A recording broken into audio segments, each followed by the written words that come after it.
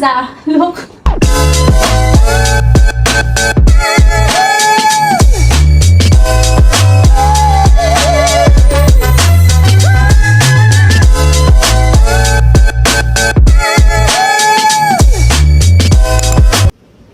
Hi guys! Welcome back! Another day, another unit. Dito na naman tayo, syempre, sa Shore Complex. So for today's vlog, yan, may unit owner na gustong ipa-Airbnb yung unit niya. Actually, dalawa yung unit niya. Isa dito sa Shore Residences at saka isa sa Shore 3. So for today, papakita ko sa inyo yung dalawang unit. Pero unahin muna natin itong nasa Shore. Kaya, halika na. Salamin. Salamin. Ayan guys, so yung unit na to, si owner ang nag-design dito. So, tinurn over lang niya sa amin for Airbnb. So, ayan, ito yung ayos niya. O, tingnan mo, ginto ang ating backsplash dito. Maganda naman yung design ni owner, o, tingnan mo.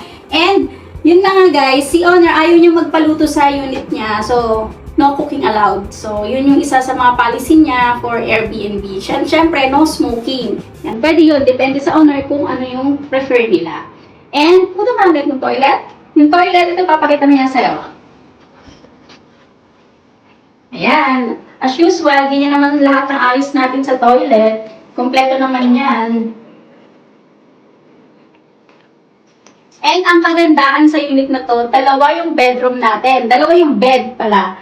So, ito, fit na fit yung apat na tao. Ito. Taran! So, dalawang ano to, double size bed. O, alam ko na, dito ko double to. Diba? Dalawang double size bed. And ito ang ating design dito. Tapos, meron siyang, ang tawag dito, wallpaper. Ganda ng wallpaper niya, oh.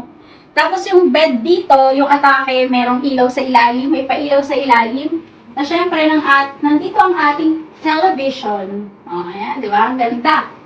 So, saktong-sakto yung apat na tao dito. For the balcony naman, ay, oh, swimming pool pala to.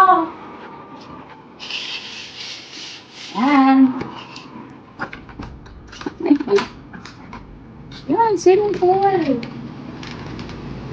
Ayan, ang ating view. Swimming pool. Tapos dito yung volleyball ano ba yan? Hindi ko alam ang tawag dyan. Yan yun. Kasi ito yung para sa football field. Volleyball field. Yan.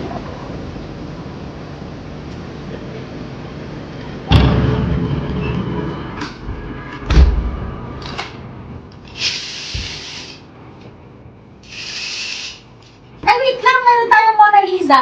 Look. Ito ang ating Mona Lisa. O, diba? Ito yung dining table natin. Dito, may mga extra tables dito. So, madami talaga siya. So, ayan. And, ayan lang muna dito and ito muna para sa unit na to, pupuntahan na natin yung Shore 3. Ayan. So, isa pa, dalawa ang unit ni Owner Bongga. Halika na, puntahan na natin yung Shore 3. And then, guys, nandito na tayo sa Shore 3. Ito na yung pangalawang unit ni owner dito. Tama. Mirror again. Yeah, mirror na naman. Kaya sa mirror owner nilagay natin, Ikea. Gagayain ko nga yan eh. And yan, guys, nandito na tayo sa Shore 3.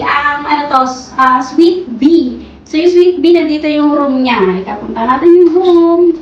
Walang bintana yung room pag Suite B. Pag Suite A naman, may bintana. Ito yung ating room.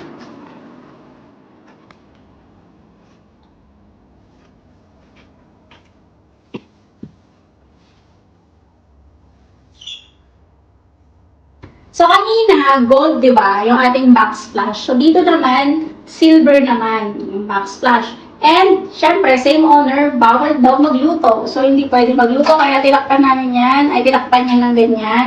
Kasi bawal magluto. Diba? And, dito naman tayo sa may CR. O, yan. Ito yung CR ni Sir, o. Ayan. Sige, tour mo siya. O, wala kaming washing machine dito. Kaya, ganyan yung nailagay ni owner. Tapos yung ano natin dito, yung sink, meron ng cabinet sa ilalim. Yan. Ganyan ang turnover ni Shore 3 sa cabinet. Yan. And, ito ating two-seater na dining table. Two-seater. Yan, ang ganda na ito, oh. Diba? Ganda na. And dito ang ating living area. Ayan, so dito ka, manunood ka ng TV. Ito sa pagbidada to. Si Honor guys, at nag-set up dito ka. Tinurn over lang sa amin for Airbnb. Pwede nyo rin gawin yun. Kontakan nyo lang kami pagka naka-set up yung mga unit mo. And ito na yung balcony natin. Facing tayo ng swimming pool na walang tubig. Bago kasi to guys, so wala pa siyang tubig. Ang ganda. Oo, ang ganda yan. Maganda yan pag natapos. Pag natapos, nasa third floor kasi tayo. Pero parang ang baba niya, mamo. Oo nga, oo nga. No. Parang ang baba. Parang baba ng... Oh? Seryoso? Di ba? Oo. Parang karaniwan kayo sitting sa second floor eh, no? Ayan, guys. Oh, ito lang guys for today, yung ating tour. So, sa mga unit owner dyan na may unit na gustong ipa-long term, ipa-Airbnb yung unit nila, kontakin nyo lang po kami sa aming channel. Thank you guys for watching. Bye!